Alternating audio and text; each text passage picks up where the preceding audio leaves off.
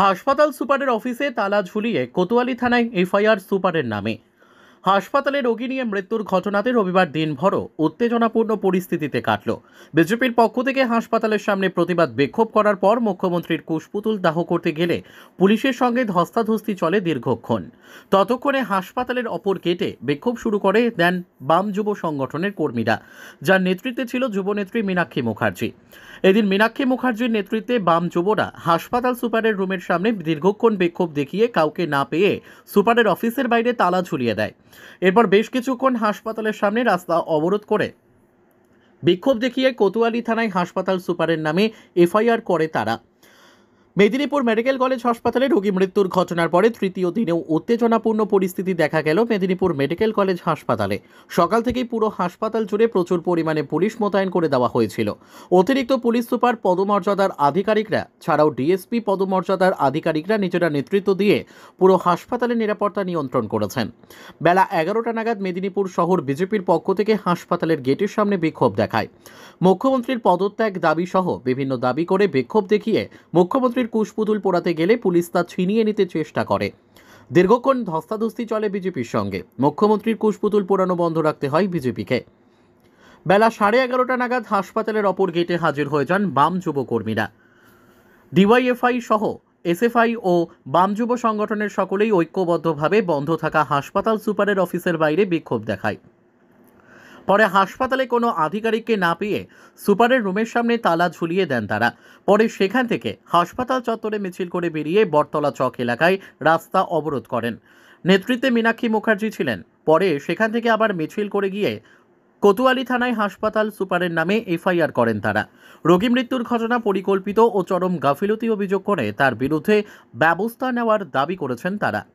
মেদিনীপুর থেকে সরাসরি সত্যের সন্ধানে ক্যামেরার পার্সন কি তুলে ধরলেন তা একবার দেখে নেওয়া যাক।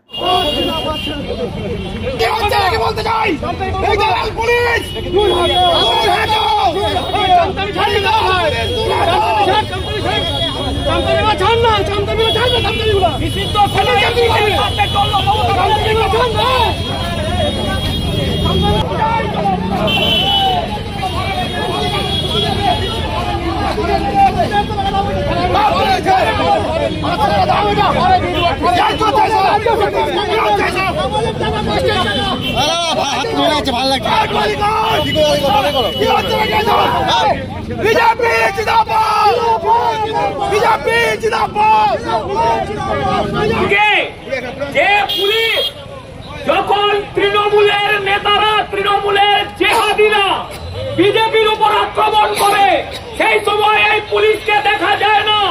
এই মমতা ব্যানার্জি উচ্ছিষ্টভোগী তৃণমূলের ক্যাডার বাহিনী পুলিশ তখন চুপচাপ দাঁড়িয়ে থাকে। আজ প্রসূতি মা মেডিকেল কলেজে মমতা ব্যানার্জির নির্দেশে হত্যা করা হয়েছে।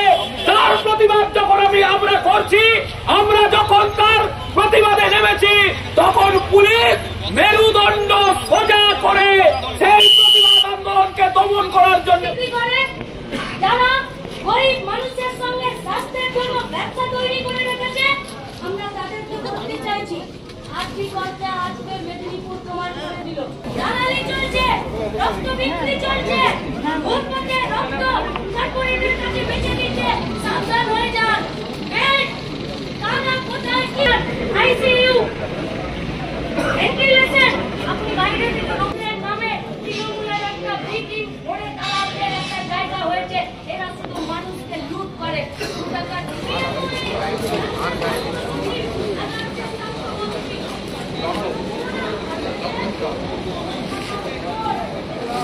दाओ मेडिकल लॉ जिंदाबाद एसएफआई डीवाईएफआई एडुआज जिंदाबाद ভেজাল সেলাইন ব্যবহার করে প্রসূতি মাকে মারলে কেন খুনি এমএসবিপি জবাব চাই, জবাব দাও।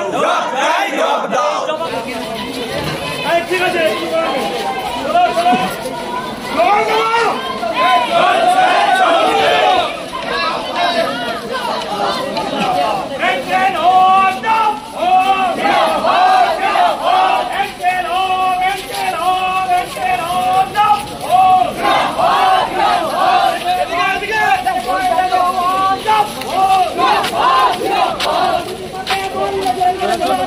Stop!